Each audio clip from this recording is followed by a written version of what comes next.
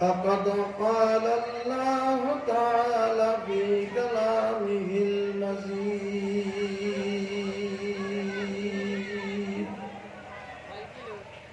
والفرقان الحميد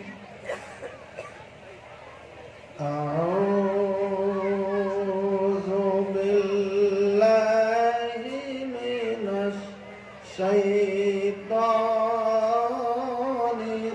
الرجيم بسم الله الرحمن الرحيم إن الله وملائكته يصلون على النبي يا أيها الذين آمنوا صلوا عليه وسلموا تسليما وقال الله تعالى أعوذ بالله من الشيطان الرجيم اتل ما أوحي إليك من الكتاب وقال الله تعالى أعوذ بالله من الشيطان الرجيم ألف لام ميم ذلك الكتاب لا ريب فيه هدى للمتقين وقال الله تعالى أعوذ بالله من الشيطان الرجيم إنا نحن نزلنا الذكر وإنا له لحافظون وقال النبي صلى الله عليه وسلم اقرأوا القرآن فإنه يأتي يوم القيامة شفيعا لأصحابه أو كما قال عليه الصلاة والسلام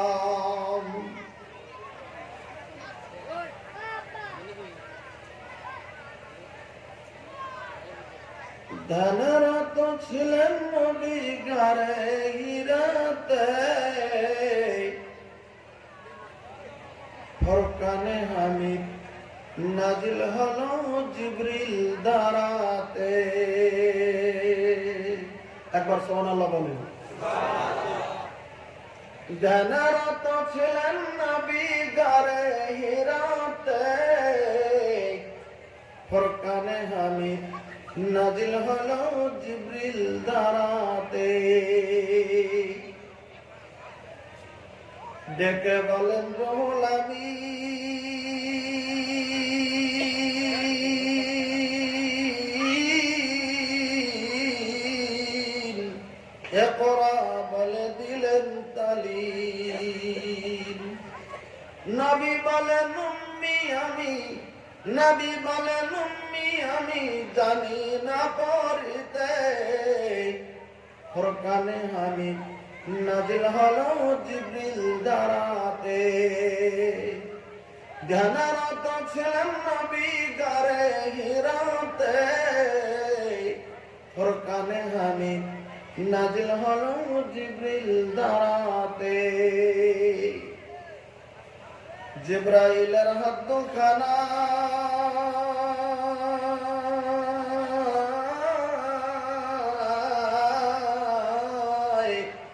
চেপে ধরেন নবীর সিনা ভয়েতে নবীর দুটা যায়, ভয়ে নবীর দুটা যায় লাগিলেন কাঁপিতে। ফরকানে হামিদ নাজিল হলো জিবরিল দ্বারাতে। ধ্যানরত ছিলেন নবী গারে হিরাতে। ফরকানে হামিদ নাজিল হলো জিবরিল দ্বারাতে। উপস্থিত আজকে এই পবিত্র দিনে আয়োজিত অনুষ্ঠানের মহামাননীয় আমার ওস্তাদ সমতুল্য আজকের জলসার সম্মানিত সভাপতি সাহেব, বিশিষ্ট উলামায়ে কেরাম, এই অঞ্চল থেকে আসা সম্মানিত মুরব্বিয়ানে এজাম, সম্মুখে বসে থাকা দিনের সৈনিকের মতো যুবক ভাইয়েরা, পর্দার আড়ালে থাকা দিনের দরদিনী মা ও বোনেরা, অবশ্যই আল্লাহ রাব্বুল আলামিনের প্রতি হাজার হাজার তারিফ ও প্রশংসা, যে মহান আল্লাহ রাব্বুল আলামিন মেহেরবানি করে আজকে আমাদের বিভিন্ন মায়ের সন্তানকে এই দিনে আয়োজিত অনুষ্ঠানে এই সন্ধিক্ষণে বসে থেকে সুন্দরভাবে এই জালসা শোনার জন্য তৌফিক দিয়েছেন। আমরা সবাই মিলে একটিবার আল্লাহ রাব্বুল আলামিনের তারিফ করি, আলহামদুলিল্লাহ। আমার ভাইরা, যে মহান আল্লাহ রাব্বুল আলামিনের তারিফ আজকের ময়দানে আমরা করলাম, আমরা যদি একটু আল্লাহ রাব্বুল আলামিন সম্পর্কে ভেবে নেই যে আল্লাহ রাব্বুল আলামিন কত মহান, যে আমাদেরকে পৃথিবীর জমিনে সৃষ্টি করেছেন। আল্লাহ রাব্বুল আলামিন তিনি যে মহান, তার পরিচয় পবিত্র কোরআনে বিভিন্ন জায়গায় তিনি তুলে ধরেছেন। আল্লাহ রাব্বুল আলামিন সম্পর্কে শুধু একটি কথা আমি আপনাদের কাছে কোরআনে কারীম থেকে বলছি। আল্লাহ রাব্বুল আলামিন তার নিজের পরিচয় পবিত্র কোরআনে তুলে ধরলেন। কোরআনে কারীম সূরা আন-নাহল সূরা নাম্বার 16 আয়াত নাম্বার 78-এ আল্লাহ রাব্বুল আলামিন একটি পরিচয় তিনি তুলে ধরলেন পৃথিবীর মানুষের কাছে। আল্লাহ রাব্বুল আলামিন বললেন, আল্লাহু আখরাজাকুম মিন বুতুনি উম্মাহাতিকুম লা তা'লামুনা শাইআ। কথাটা খুব গুরুত্ব দিবেন। আল্লাহ রাব্বুল আলামিন বললেন, এ পৃথিবীর মানুষেরা তোমরা শুনে নাও, আমি অমনি মহান আল্লাহ, যিনি তোমাদেরকে বের করেছি প্রত্যেককে তোমাদের মায়ের পেট থেকে। সুবহানাল্লাহ বলেন। আমরা সবাই মায়ের পেটে থেকে জন্ম হয়েছি কি হয়নি? আমরা সবাই মায়ের পেট থেকে জন্ম হয়েছি। এমন নয় যে আমরা কোন সময় খবর শুনেছি বা পেপারে দেখেছি বা রেডিওতে খবর শুনেছি বা টেলিভিশনে শুনেছি বা মোবাইলে ফেসবুকে এমন খবর দেখেছি যে হঠাৎ করে একটা মানুষ বৃষ্টির ফোঁটার সঙ্গে আকাশ থেকে পড়ছে, এরকম খবর পেয়েছি না। হ্যাঁ, একটা মানুষই একদিন আকাশ থেকে আসবে, তিনি হচ্ছেন ঈসা রুহুল্লাহ। তিনি আকাশ থেকে সিঁড়ি বেয়ে বাইতুল মুকাদ্দাস, যেটাকে ইসরায়েলে ইহুদিরা বর্তমান ঘেরাও করে রেখে দিয়েছে, যে হযরত সুলাইমান আলাইহিস সালাম যে মসজিদটা বানিয়েছেন, হযরত সুলাইমান আলাইহিস সালাম বাইতুল মাকদিস যে বানিয়েছেন, যাকে জেরুজালেমের বাইতুল মাকদিস বা মসজিদ আকসা বলা হয়েছে পবিত্র কোরআনে। আপনারা আয়াত শুনেছেন পবিত্র কোরআনে যে আল্লাহ রাব্বুল আলামিনের নবীকে আল্লাহ মসজিদে হারাম থেকে মসজিদ আকসায় নিয়ে গিয়েছিলেন। আল্লাহ বলেন পবিত্র কোরআনে, সুবহানাল্লাযী আসরা বিআবদিহি লাইলান মিনাল মাসজিদিল হারামি ইলাল মাসজিদিল আকসা। এখানে আল্লাহ মসজিদ আকসার কথা ঘোষণা করেছেন। এই মসজিদ আকসা বানিয়েছিলেন কে? মসজিদ আকসা বানিয়েছিলেন হযরত সুলাইমান আলাইহিস সালাম। জিন্নাতের দ্বারাতে হযরত সুলাইমান আলাইহিস সালাম মসজিদ আকসা গঠন করেছিলেন। এই মসজিদে আকসা, এটার কথা আছে হাদিসে যে হযরতে ঈসা রুহুল্লাহ যে আল্লাহ উঠিয়ে নিয়ে রেখে দিয়েছেন। এমন একটা সময় আসবে, দাজ্জাল যখন গোটা পৃথিবী ছেয়ে নেবে, দাজ্জালের চেলারা যখন গোটা পৃথিবী ছেয়ে নেবে, দাজ্জাল যখন পৃথিবীতে খোদাইত্ব দাবি করবে, এই পৃথিবীতে দাজ্জাল এসে এক হাতে বেহেশত এক হাতে দোজখ নিয়ে আসবে। তার কপালে লেখা থাকবে কাফেরে কাফির, তার বাম হাতে থাকবে বেহেশত, ডান হাতে থাকবে দোজখ। সে দেখাবে যে এই যে আমার কথা যদি কেউ মানো তাকে জান্নাতে দেবো, বাম হাত দেখাবে, আর ডান হাত দেখাবে দোজখ নিয়ে আসবে। আমার কথা না মানো দোজখে দেবো, ডান হাত দোজখ দেখাবে। সে হলো দাজ্জাল পৃথিবীর জমিনে। সেই দাজ্জাল যখন ফিতনা ফাসাদ ছড়িয়ে দেবে, আল্লাহ রাব্বুল আলামিন তখন পৃথিবীর জমিনে পাঠিয়ে দেবেন ঈসা রূহুল্লাহকে। আল্লাহ তাআলা এত ক্ষমতা দিয়ে পাঠাবেন, গোটা পৃথিবী দাজ্জাল ছেয়ে যাওয়ার পরে ঈসা রূহুল্লাহকে এত ক্ষমতা দেবেন, সেই হাদিসে এসেছে ঈসা রূহুল্লাহর চোখের ভিতরে একটা জ্যোতি দিয়ে দেবেন এবং আগুন দিয়ে দেবেন। উনি যাবে যেদিকে চেয়ে দেখবে কাফির বেঈমান মুশরিক রকমের সিট যে তারা পৃথিবীর থেকে পুরো সারকার হয়ে যাবে। নারায়ে তাকবীর। তাই কবিও বলেছেন ওই দিনের কথাটা, কবিও বলেছেন এমন একদিন এদেশের আকাশে কালিমার পতাকা দুলবে, সেদিন সবাই ইসলামের বিধান পে দুঃখ বেদনা ভুলবে। কবি খুব সুন্দর করে বলেছেন, কোন একদিন এদেশের আকাশে কালিমার পতাকা দুলবে, সেদিন সবাই ইসলামের বিধান পে দুঃখ বেদনা ভুলবে। তাই বলেছেন একাকিনী রমণীরা নির্জন পথে যাবে, কেউ তারে কটু কথা কবে না। একাকিনী রমণীরা নির্জন পথে যাবে, কেউ তারে কটু কথা কবে না। সেই দিন নাই বেশি দূরে, সেই দিন নাই বেশি দূরে, আর কিছু পথ গেলে মিলবে, সেদিন সবাই ইসলামের বিধান পে দুঃখ বেদনা ভুলবে। এটা ঈসা রূহুল্লাহর কথা বলা আছে। সেদিন আসবে একই ঘাটে বাঘ এবং একই ঘাটে বকরি পানি খাবে, বাঘে বকরিকে আক্রমণ করবে না। বাঘ যারা পৃথিবীতে শাসন চালাচ্ছে, ঈসা রূহুল্লাহ নারায়ে তাকবীর। দাজ্জালি ফিতনা ফিরাকবাজি সেদিন হটে যাবে পৃথিবীর ময়দান থেকে। আসবে এমন এক দিন যেটা বুখারী শরীফে তার ঘোষণা রয়েছে। যাজ্ঞা আমি সেটা আপনাদের কাছে বলতে চাই না, আমি শুধু বলতেছিলাম আমরা পৃথিবীর জমিনে মার পেট থেকে জন্মগ্রহণ করেছি। বলেন কথা ঠিক কি নয়? কারণ আল্লাহ বললেন ওয়াল্লাহু আখরাজাকুম মিন বুতুনি উম্মাহাতিকুম, আমি অমনি মহান আল্লাহ যিনি তোমাদের মায়ের পেট থেকে তোমাদের প্রত্যেককে বের করে দিয়েছি। অমন অবস্থায় বের করেছি লা তালামুনা শাইআ, ওই মুহূর্তে বিন্দু পরিমাণ তোমাদের কোনো জ্ঞান ছিল না, তোমাদের কোনো জ্ঞান ওই মুহূর্তে আমি আল্লাহ দেয়নি। আমরা কেউ বলতে পারি না পৃথিবীর জমিনে আমরা যখন মায়ের পেটের ভেতরে ছিলাম কোন অবস্থায় পৃথিবীর ভেতরে ছিলাম। আমরা মার পেটে বসেছিলাম না দাঁড়িয়েছিলাম, না আমরা পৃথিবীর মার পেটের ভিতরে আমরা কাজ হয়েছিলাম না চিত হয়েছিলাম। একটা মানুষের বলার মতো ক্ষমতা পৃথিবীর জমিনের ভিতরে আল্লাহ রাব্বুল আলামিন দেয় নাই, কারণ তখন আল্লাহ তাআলা আমাদেরকে কোনো জ্ঞান দেয়নি। এই কথাই আল্লাহ বলেছেন লা তা'লামুনা শাইআ, তখন তোমাদেরকে কোনো জ্ঞান দেওয়া হয়নি যখন তোমরা মায়ের পেটের ভিতরে ছিলে। বলেন কথা ঠিক কি নয়? ভারতের প্রাক্তন রাষ্ট্রপতি এপিজে আব্দুল কালাম, সারা পৃথিবীতে তার নাম রয়েছে, যিনি পৃথিবীতে মিসাইল ম্যান। গোটা পৃথিবীতে 3 জন বড় বড় বৈজ্ঞানিকের ভিতরে একজন বৈজ্ঞানিক এপিজে আব্দুল কালাম। তাকেও যদি প্রশ্ন করা যেত আপনি এত বড় বৈজ্ঞানিক হয়েছেন, তো আপনি যখন মার পেটের ভিতরে ছিলেন তো কোন অবস্থায় ছিলেন? উনি জবাব দিতেন যে না, মার পেটে কি অবস্থায় ছিলাম এটা বলার সক্ষমতা আমার নাই। বলেন কথা ঠিক কি নয়? এটা বলার সক্ষমতা আল্লাহ কাউকে দেয়নি। আল্লাহ রাব্বুল আলামিন বললেন তার মধ্যে তোমার পায়ের পেটের মধ্যে আমি আল্লাহ কি দিয়েছি?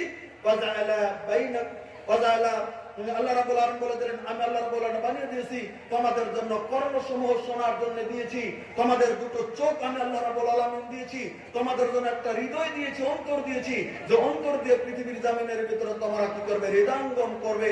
আর লাআল্লাকুম তাশকুরুন শব্দ বলেছেন শেষে আল্লাহ, যে এগুলি দিয়েছি, চোখ দিয়েছি, কান দিয়েছি, হৃদয় দিয়েছি, তোমরা আমার শুকরিয়া পৃথিবীর জমিনে করবে।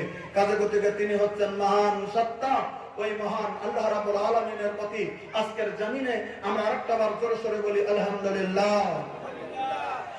আল্লাহ রাব্বুল আলামিনের তারিফের পরে আমাদের যিনি বিশ্বের নবী হযরত মুহাম্মদুর রাসূলুল্লাহ সাল্লাল্লাহু আলাইহি সাল্লামের প্রতি দিল থেকে মহব্বত করে একবার আমরা দরুদ পড়ি সাল্লাল্লাহু আলাইহি ওয়াসাল্লাম। আমার ভাইরা বাড়তি হাদিস বলতে চাই না, শুধু কোনো মতে ফজিলতের একটি দুটি করে হাদিস বলে যাচ্ছি। আমাদের যিনি বিশ্ব নবী এনার প্রতি দরুদ পড়লে আমাদের লাভ না লোকসান? জোরে বলেন লাভ। বলবেন কি লাভ? এবার মুসলিম শরীফের হাদিসের এবারতে শোনেন, আগেও শুনেছি আজকেও শোনেন। আল্লাহ নবী সাল্লাল্লাহু আলাইহি ওয়াসাল্লাম বললেন, বলে কি, মান সাল্লা আলাইয়া সালাতান সাল্লাল্লাহু বিহা আশরা, পৃথিবীর জমিনে কেউ যদি আমি নবী আমার প্রতি মহব্বত করে যদি একবার দরুদ পড়ে, আল্লাহ বসে থাকেন না, সঙ্গে সঙ্গে স্বয়ং আল্লাহ সাল্লাল্লাহু বিহা আশরা ওই লোকটার প্রতি 10টি রহমত নাযিল করে। সুবহানাল্লাহ জোরে বলেন। আমরা নবীর প্রতি দরুদ করব একবার, আর আল্লাহ আমাদের প্রতি রহমত নাযিল করবে কয়বার? 10 বার। হাদিস মুসলিম। দ্বিতীয় নম্বর একটা হাদিস বলা আছে, আল্লাহ নবী সাল্লাল্লাহু আলাইহি ওয়াসাল্লাম বললেন, আওলান নাস বি ইয়াউমাল কিয়ামাহ আকসারুহুম আলাইয়া সালাহ। হাদিসটা সহিহ মুসলিম শরীফের ইবারত। আল্লাহ নবী সাল্লাল্লাহু আলাইহি ওয়াসাল্লাম বলেন, আওলান নাস বি ইয়াউমাল কিয়ামাহ আকসারুহুম আলাইয়া সালাহ। আমি বিশ্ব নবী তোমাদেরকে বলে দিচ্ছি, কঠিন কিয়ামতের দিন কোটি কোটি মানুষ যেদিন দাঁড়িয়ে যাবে, ওই মানুষগুলি আমি নবী আমার নিকটে হাসর হবে তাদের যারা মুসলিমের ভিতরে আমি নবী আমার প্রতি বেশি দরুদ পড়েছে। সুবহানাল্লাহ বলেন। সেদিন টাকাওয়ালাদেরকে দেখা হবে না যে তুমি 5 কোটি টাকার মালিক, তুমি নবীর নিকটে দাঁড়াতে পারবে, তুমি 50 কোটির মালিক, তুমি নবীর নিকটে যাবে, তুমি একটা ভারতের অর্থমন্ত্রী ছিলে, তুমি লাখদের নবীর কাছে যাবে না। সেটা গরিব হোক আর ধনী হোক, ইমানদার যদি হয়, মুসলিম হওয়ার পরে যে যত বেশি দরুদ পড়েছিল পৃথিবীর জমিনে, সে যদি একজন ভিক্ষুক হয়, কঠিন কিয়ামতের দিন ওই লোকটাই নবীর নিকটে দাঁড়িয়ে তাদের হাসর হবে। জোরে সুবহানাল্লাহ বলেন। তাহলে এবার একটা কথা চিন্তা করবেন যে তাহলে নবীর নিকটে যাব, তাহলে হাসরের ময়দানটা কোন অবস্থা হবে? এবার তার ব্যাখ্যাটা দেখে নিন। হাসরের ময়দানটা কেমন হবে আপনারা জানেন, আপনারা শুনেছেন। 4 জন বড় বড় ফেরেশতা, হযরতে জিবরিল, হযরতে মিকাইল, হযরতে ইসরাফিল, আর একটার নাম কি? হযরতে আজরাইল, বা কোরআন শরীফে যার নাম মালাকুল মাউত বলা আছে, আর আমরা তার সঙ্গে মিলে আজরাইল বলছি। যেমন হযরতে আজরাইল, এই 4টা বড় বড় ফেরেশতা।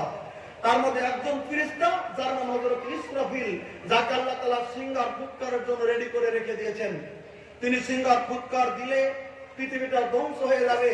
তিনি তার জীবনে 3 বার ফুৎকার দেবে। যারা বলেন কয়বার? হাদিসের ইবারত অনুযায়ী বলছি, তেনার জীবনে তিনি বড়ভাবে সিংহাতে 3 বার ফুৎকার দেবে। একটা ফুৎকার দেওয়ার সঙ্গে সঙ্গে তামাম পৃথিবী ভেঙে চুরমার হয়ে সমস্ত পৃথিবী পানি হয়ে সমস্ত পৃথিবী পানি হয়ে যাবে। আকাশ বাতাস কিছুই থাকবে না, শুধু পানিটা থাকবে, পানি পানি। এটা এক ফুৎকারেই অবস্থাটা হবে। 40 পরে দ্বিতীয় ফুৎকার দেবে। হাদিসে যেটা আসছে, এই 40টা শুধু নবী 40 বলেছেন। মাসলাটা মনে রাখবেন, বলা হয়নি হাদিসে 40 ঘন্টা, 40 দিন, 40 বছর, 40 যুগ, 40 কোটি বছর, কিছুই না। শুধু নবী বললেন 40 পরে। এবার হাদিসের ব্যাখ্যাকারী বলেছেন হতে পারে 40 দিন, হতে পারে 40 বছর, হতে পারে 40 যুগ। তবে বেশ সংখ্যক ওলামা ব্যাখ্যা করেছেন 40 মানে 40 দিন পরে, বা 40 মাস পরে, বা 40 বছর পরে, তিনটার যে কোনো একটা। এখন যদি নবী বলেননি, আমরা বলবো না, শুধু 40 পরে হযরত ইসরাফিল দ্বিতীয় ফুৎকার দেবেন। যখন দ্বিতীয় ফুৎকার দেবেন, গোটা পানি শুকিয়ে, আমরা যেমন বিধান বুনি, আমরা বিধান বুনি কিনা মাটিতে, এই যে রোয়াগার মতো, তার আগে বিধানটা বুনি কিনা, যখন লেপটে যায় এরকম করে গোটা পানি শুকিয়ে গোটা হাসরের ময়দানটা লেপটে থাকবে। গোটা হাসরের ময়দান লেপটে থাকলো। 40 পরে এই অবস্থা 40 থাকবে। হতে পারে 40 দিন, হতে পারে 40 মাস, হতে পারে 40 বছর। কম যদি হয় তাহলে 40 দিন। 40 দিন পরে হযরত ইসরাফিল আবার দ্বিতীয় ফুৎকার, তৃতীয় ফুৎকার দেবে। যখন তিনি তৃতীয় ফুৎকার দিলেন 40 পরে, তখন গোটা পৃথিবী থেকে একদম দ্বিতীয় ফুৎকারে গোটা হাসরে ময়দান, তখন ওই পানিটা শুকিয়ে একবারে কোন মতে নেপার মতো থেকে যাবে। 40 পরে তৃতীয় ফুৎকার যেদিন দেবেন, সেদিন সমস্ত মানুষ যার যার কবর থেকে মাথা বের করে হাসরের ময়দানে দাঁড়িয়ে যাবে। নারায়ে তাকবীর। হযরত আদম আলাইহিস সালাম থেকে শুরু করে নিয়ে আখেরি দিন পর্যন্ত, কিয়ামতের ধ্বংস পর্যন্ত যত মানুষ চলেছিল মাটির নিচে, সমস্ত মানুষ যার যার কবর থেকে মাথা বের করে উঠবে। এবার একটা প্রশ্ন করবেন, হযরত আদম আলাইহিস সালাম থেকে কিয়ামতের দিন পর্যন্ত যত মানুষ কবরে শুয়ে গেল, সর্বপ্রথম উঠবে কে? আল্লাহ নবী সাল্লাল্লাহু আলাইহি ওয়াসাল্লাম বলেন, হাদিস সহিহ বুখারীতে আল্লাহ রাসূল সাল্লাল্লাহু আলাইহি ওয়াসাল্লাম বলেন, আনা আউয়ালু ইয়াশুরুন নাস ইলা ইয়াউমিল কিয়ামা। আমি বিশ্বনবী তোমাদেরকে বলে দিলাম, কঠিন কিয়ামতের দিন যেদিন শুরু হবে, তৃতীয় ফুৎকার যেদিন হযরত ইসরাফিল দেবে, তৃতীয় ফুৎকারের দিন আমি আখেরি নবী সর্বপ্রথম কবর থেকে মাথা বের করে উঠব। নারায়ে তাকবীর। আমাদের বিশ্ব নবী যিনি আখেরি নবী, তিনি সর্বপ্রথম হাসরের ময়দানে মাথা বের করে উঠবে। এবার কথাটা গুরুত্ব দেবেন, হাসরের ময়দানে যেদিন উঠবে, এবার অবস্থাটা কি থাকবে? সহিহ বুখারী শরীফে, মুসলিমে, কুতুবে সিত্তার ভিতরে হাদিসটি রওয়ায়াত করা হয়েছে, মিশকাতে রিয়াজুস সালিহিন হাদিসটা আনা হয়েছে। আল্লাহ নবী সাল্লাল্লাহু আলাইহি ওয়াসাল্লাম বললেন, হাদিসটির রাবী হল হযরত আয়েশা, হাসরের ময়দানের অবস্থাটা কেমন থাকবে খুব গুরুত্ব দিয়ে শুনবেন। হাদিসটার রাবী হযরত আয়েশা, তিনি বর্ণনা করে বললেন, হযরত আয়েশা হাদিসের রাবী। কে রাবী ভাই বললাম? হযরতে আয়েশা সিদ্দিকা রাদিয়াল্লাহু তাআলা আনহা। এবার একটা প্রশ্ন হাদিসটা বলার আগে আপনাদেরকে করি, হযরত আয়েশা কে? আল্লাহ নবী সাল্লাল্লাহু আলাইহি ওয়াসাল্লামের স্ত্রী। আপনারা জানেন আল্লাহ নবী সাল্লাল্লাহু আলাইহি ওয়াসাল্লামের 11 জন বা 13 জন স্ত্রী ছিলেন। দুজন দাসী থেকে স্ত্রী দাস গ্রহণ করেছিলেন, এটা যোগ দিলে 13 হবে। আর দাসী ছাড়া ডাইরেক্ট যারা বিবি ছিলেন নবীর, তেনারা হচ্ছেন 11 জন বিবি। 11 জন বিবির ভিতরে সব কথাটা গুরুত্ব দেবেন, 10 জন বিবি ছিলেন নবীর নেকাহের পাত্রী।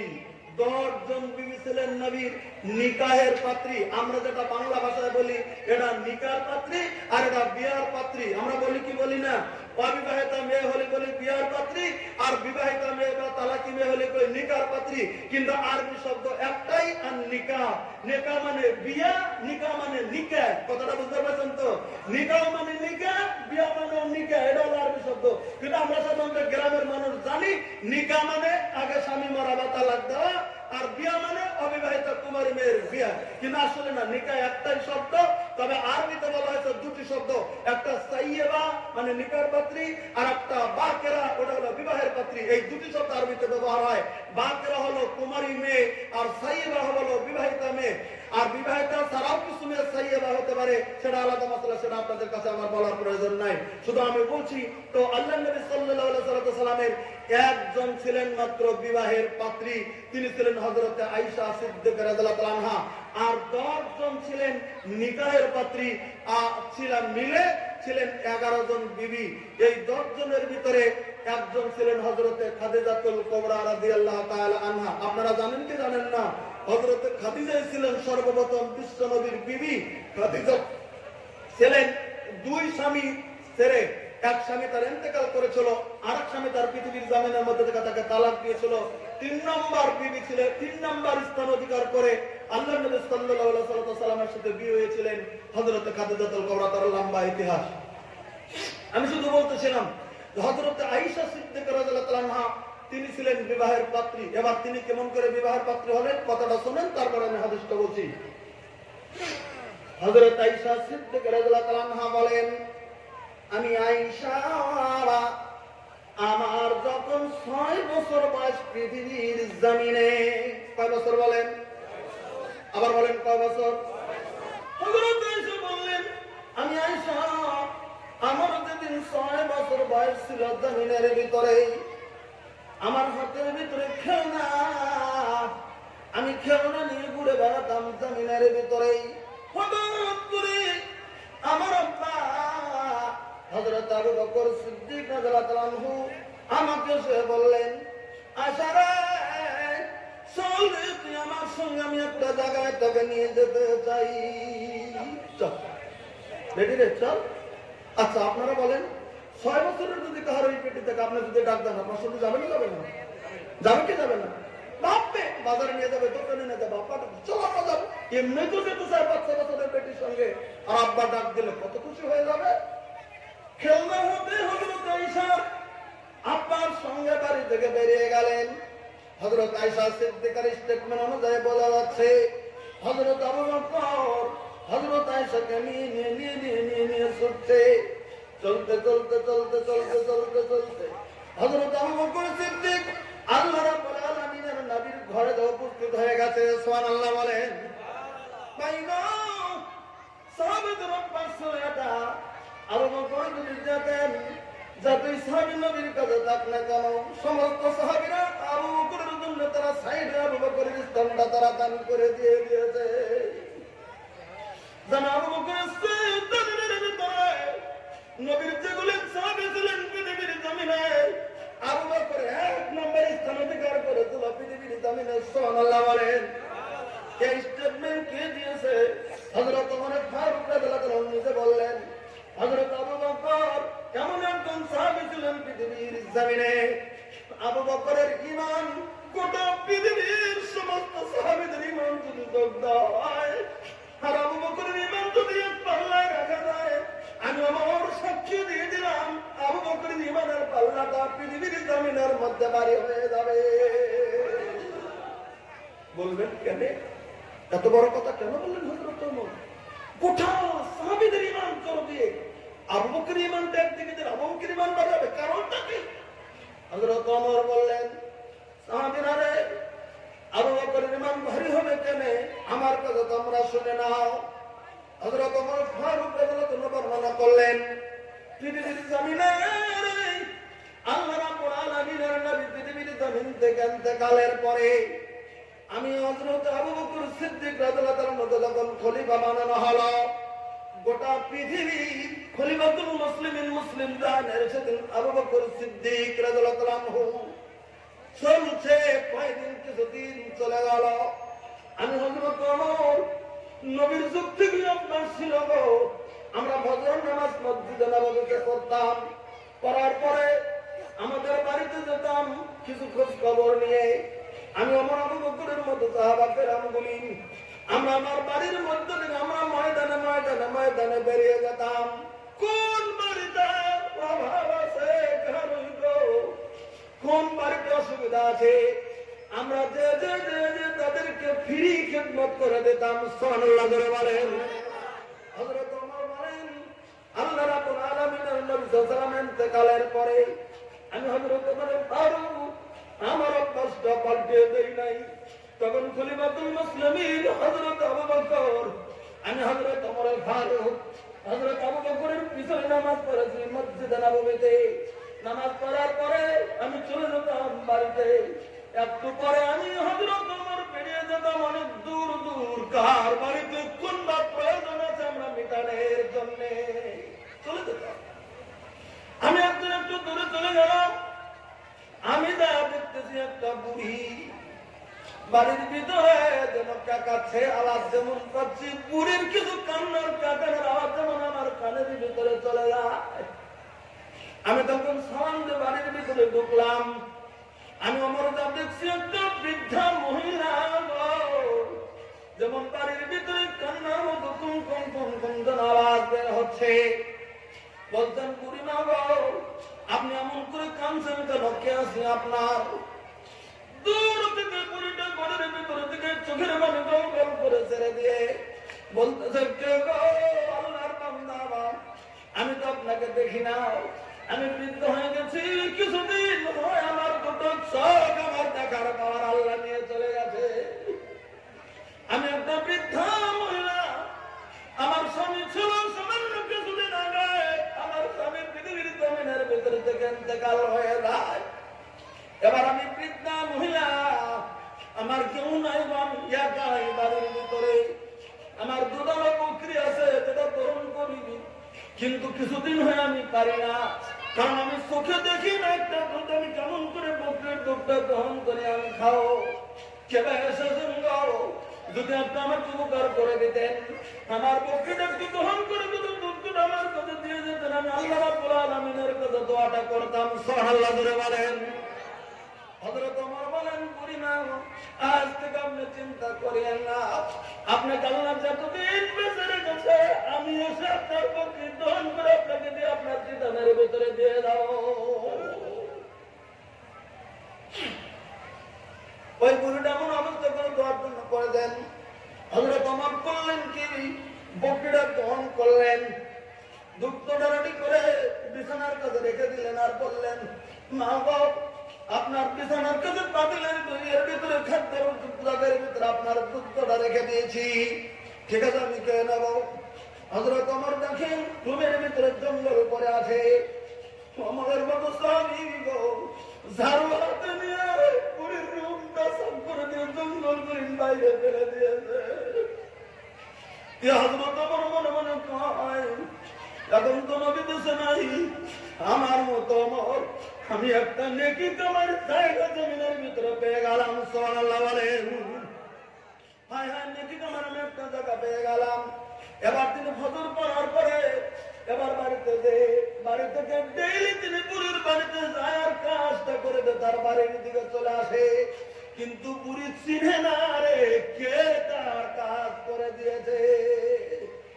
বুড়ি তো জানে না যে হযরত ওমর কাজ করছে। কয়েকদিন পরে হযরত ওমর ফারুক বুড়ির বাড়িতে চলে গেছে, যে নজর করে দেখে কে যেন আগেই ওই ঘরটা সাফ করে জঙ্গল গলিন ফেলে দিয়ে ওই বকরির দুগ্ধটা দহন করে বুড়ির শীতলের ভিতরে পৌঁছে দিয়ে কে যেন বাড়ির দিকে চলে গিয়েছে। হযরত ওমর যখন ঢুকছেন, যা দেখো দুগ্ধ দহন করা আছে, রেডি করা রয়েছে।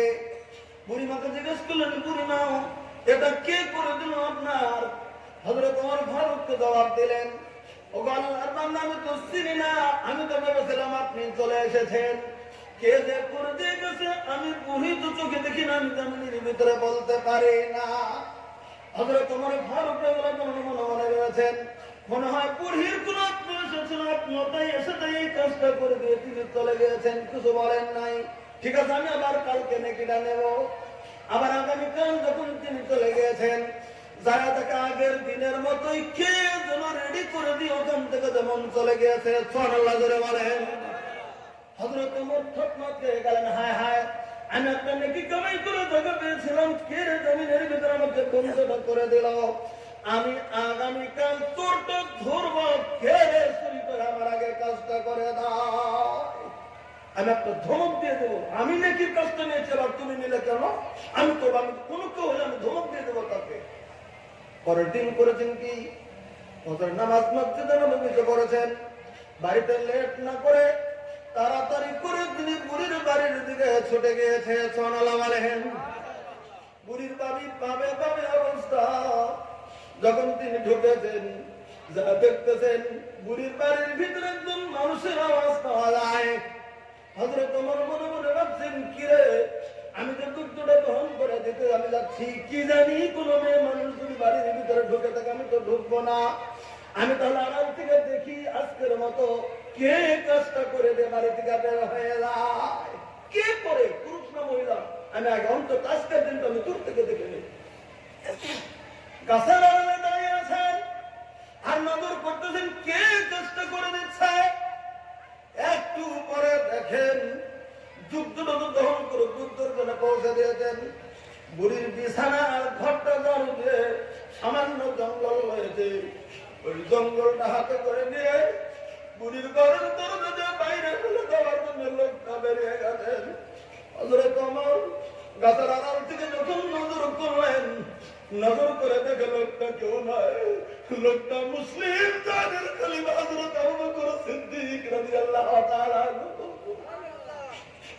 যখন দেখলেন আবু বকর, ওমরের মতো মানুষ যখন দেখলেন আবু বকরের মতো মানুষ ঘরটা সাফ করে জঙ্গলটা ফেলে দিয়েছে, হযরত ওমর গাছের আড়াল থেকে চোখের পানি ফেলতে শুরু করে দিয়েছে।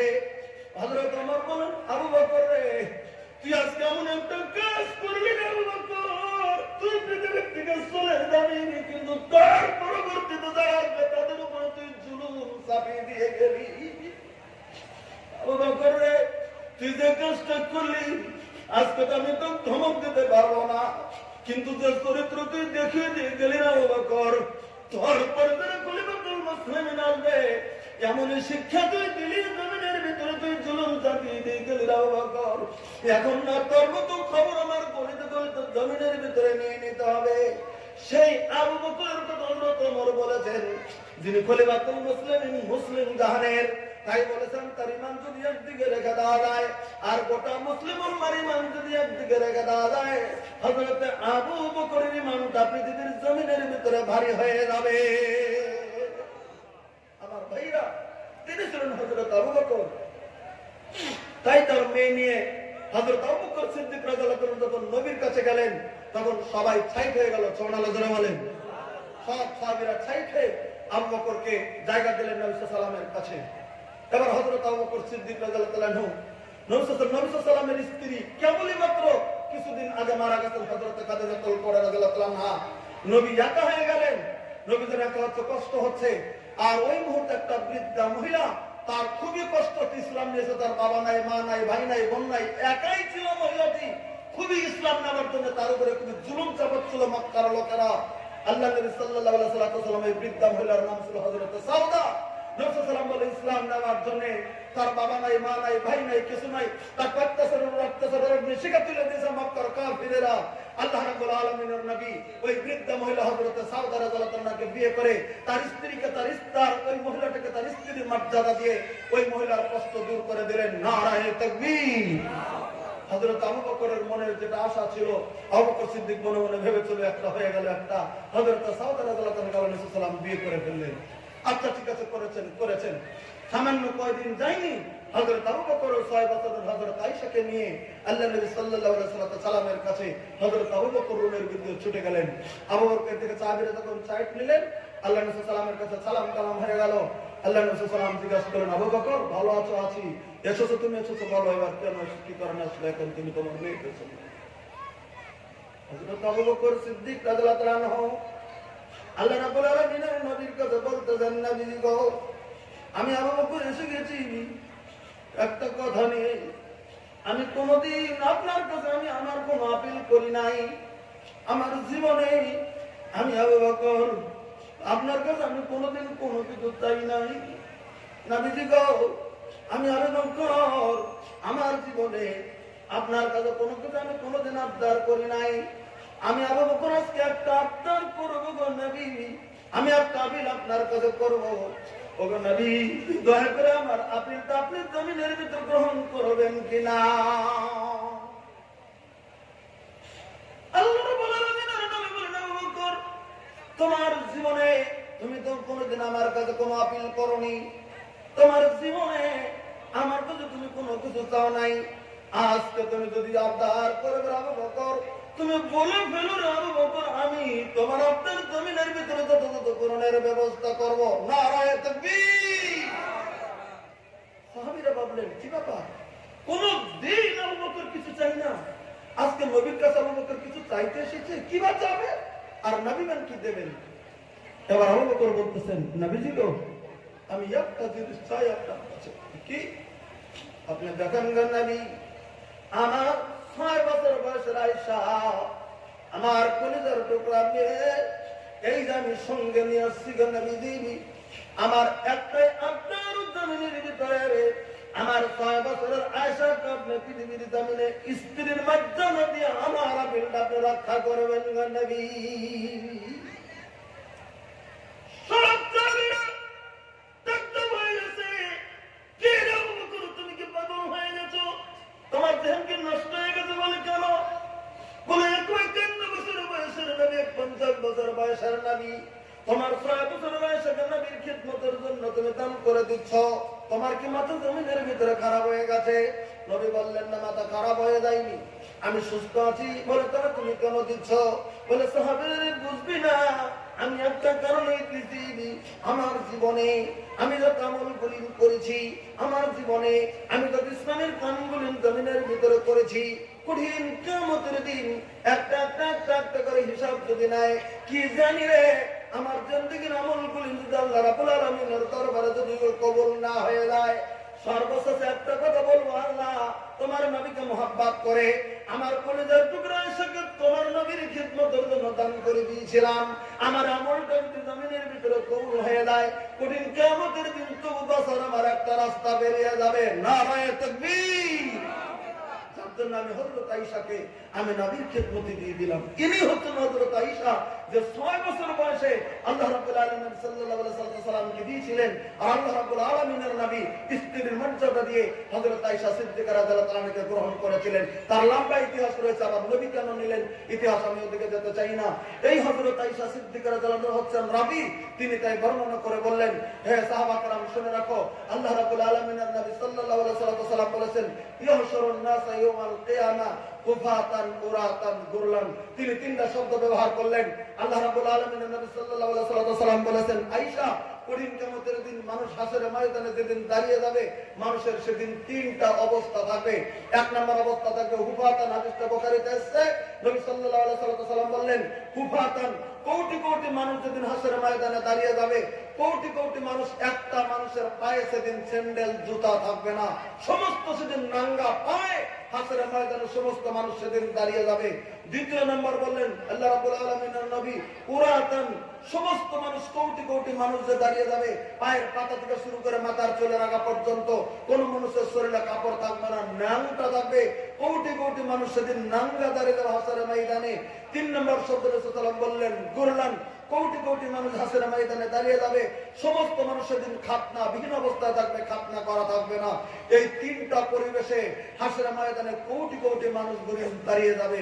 এই কথাটা শুনে হযরত আয়েশা সিদ্দিকা রাদিয়াল্লাহু তাআলা আনহা নবীর কাছে শুনলেন, হুজুর আপনি বলে আমিও, বলে আমরা, বলে তোমরা সবাই, সমস্ত নারী পুরুষ একই অবস্থায় থাকবে। তাই হযরত আয়েশা সিদ্দিকা বলেন, হুজুর গো, আন-নিসাউ ওয়ার-রিজালু আর-রিজালু ওয়ান-নিসাউ জামিআন, ওদিন তো কোটি কোটি মানুষ পুরুষ এবং মহিলা একসঙ্গে থাকবে। বলে হ্যাঁ, তাহলে ইয়ানজুরু বা'দুম ইলা বা'দ, হুজুর গো, সেদিন যদি একজনের লজ্জাস্থানের দিকে আরেকজন তাকায়, সেদিন কোন অবস্থা হবে? সেদিন আল্লাহ রাব্বুল আলামিন সাল্লাল্লাহু আলাইহি বলছিলেন, আয়েশা তুমি কোন কথা বলেছো? কঠিন কিয়ামতের দিন একজন আরেকজনের লজ্জাস্থানের তাকান্ত দূরের কথা, হিয়া অশব্দ শব্দ ব্যবহার করেছেন। এটা বিরাট কঠিন যে সেদিন একজন আরেকজনের লজ্জাস্থানের তাকান্ত দূরের কথা, একজন আরেকজনের মুখের দিকে তাকানোর মতো সময় সেদিন হবে না। নারায়ে তাকবীর। মানুষ হাসরের ময়দানে দাঁড়ানোর পরে মাথাটা উঁচুর দিকে করে হাসরের ময়দানে দাঁড়ায় নবজি নবজি বলে চিৎকার করে আগাইতে থাকবে। সেদিন একজন আরেকজনের দিকে তাকানোর মতো সময় সেদিন থাকবে না। এই হচ্ছে হাসরের ময়দান, যেদিন নামাজি বেনামাজি মক্কর দোয়া কর সব জায়গায় এক লাইনে সেদিন সমস্ত মানুষগুলি দাঁড়িয়ে যাবে। কোটি কোটি কোটি কোটি মানুষগুলি সেদিন একই সঙ্গে দাঁড়িয়ে যাবে। বেঈমান ইমানদার, নামাজি বেনামাজি, বেরোজাদার রোজাদার, যাকাতদার বেযাকাতদার, হজকারী ছাড়া হজকারীওয়ালা, সেদিন সমস্ত বেহায়া জানাকর মক্কর মানকর সমস্ত মানুষ এক সঙ্গে যেদিন মানুষ যেদিন দাঁড়িয়ে যাবে, সেদিন পবিত্র কোরআন বলেছেন সূরা ইয়াসিনে, আল্লাহ রাব্বুল আলামিন একজন ঘোষণাকারীদের একটা কথা আল্লাহ নিজে বলে দেবেন।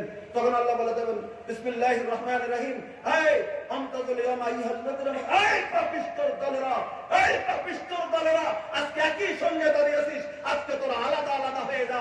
আল্লাহ রাব্বুল আলামিনের একটা ঘোষণা দেওয়ার সঙ্গে সঙ্গে হাসরের ময়দান থেকে যার যার খাসলত অনুযায়ী সেদিন সেদিন মানুষ আলাদা হয়ে যাবে। সেদিন পৃথিবীর জমিনে, আজকের পৃথিবীর জমিনে কত কোটি বেনামাজি, বেনামাজিরা সেদিন একই লাইনে দাঁড়িয়ে যাবে। আজকের পৃথিবীর জমিনে কত কোটি সুদখোর আছে, সুদখোরেরা সেদিন একই আলাদা লাইনে দাঁড়িয়ে যাবে। আজকের পৃথিবীর জমিনে কয় কোটি ঘুষখোর আছে, ঘুষখোরেরাও সেদিন একাই দাঁড়িয়ে যাবে। আজকের পৃথিবীর জমিনে কয় কোটি মরদারু আছে, মরদারুরা সেদিন একাই আলাদা লাইনে দাঁড়িয়ে যাবে। আজকের পৃথিবীর জমিনে কয় কোটি ভাঙখোর আছে, ভাঙখোরেরা সেদিন একাই আলাদা লাইনে দাঁড়িয়ে যাবে। আজকের পৃথিবীতে কয় কোটি গাঞ্জা খাওয়ানো আছে, সেই গাঞ্জা খাওয়ানো সেদিন আলাদা লাইনে দাঁড়িয়ে যাবে। আজকের পৃথিবীর জমিনে কয় কোটি বেশ্যা আছে, সেই বেশ্যারা আলাদা লাইনে দাঁড়িয়ে যাবে। আসলে আজকের পৃথিবীতে কয় কোটি বেপরদাগী মানুষ আছে, মহিলা আছে, তারা সেদিন একাই আলাদা দাঁড়িয়ে যাবে। মোট কথা খাসলত অনুযায়ী সেদিন যার যার মতো আলাদা দাঁড়িয়ে যাবে।